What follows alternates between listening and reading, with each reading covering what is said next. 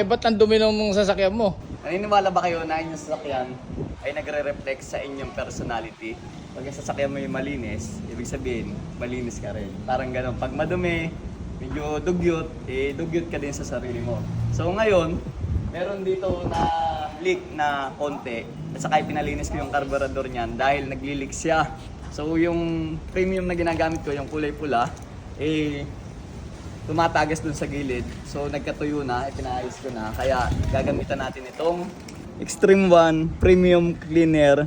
Pwedeng CVT Brake and Carburetor Cleaner. So bali 3-in-1 na siya atin. Pwedeng pang CVT, pang gilid ng motor, panglinis ng preno, panlinis ng carburetor. So gagamitin natin.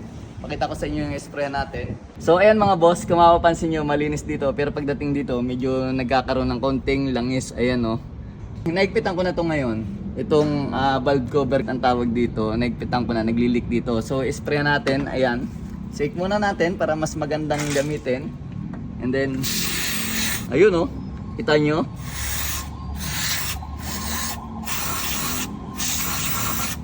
Suwabe. Laglag agad dun sa ilalim. Pati yung mga gilid-gilid na, isama nyo na para mas malinis. Oh. Yung paghigpit ko, malaman natin kung effective ba yung paghigpit ko rito. Kasi nag-leak ng konti. Ayan. Oh. Tapos yung kulay doon. So kung mapapansin nyo yung banda ron, ayun yung puno ng carburetor. Carburetor kasi to. Ayan, ang laki.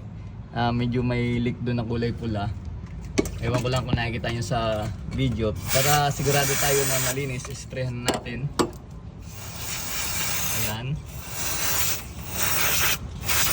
Carburetor cleaner. So doon naman sa kabila, ito, mapapansin nyo itong intake na to.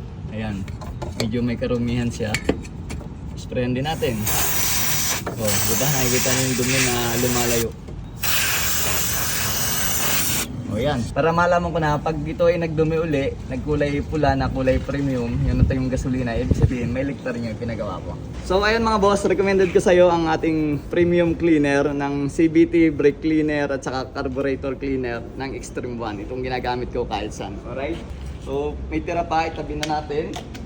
Para next time na gagamitin natin, pwede pa.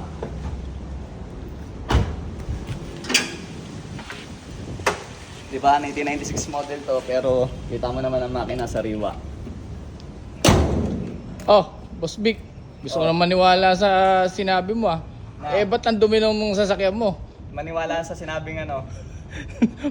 pag malinis yung malinis din yung may-ari. Hindi, maulan lang kasi. Ibig sabihin ito, madumi siya, di ba? Kahit ako naniniwala ako na yung mga sasakyan mo ay nagre-reflect sa iyong personality. So ito, kung makikita nyo, madumi yung labas, di ba? Siyempre ginagamit ko, hindi ko natakloban, umulan kagabi. At malinis naman yung loob. Ibig sabihin, kung madumi man yung aking panlabas na kanyuan, pero ang aking puso't damdamin, malinis naman. Alright?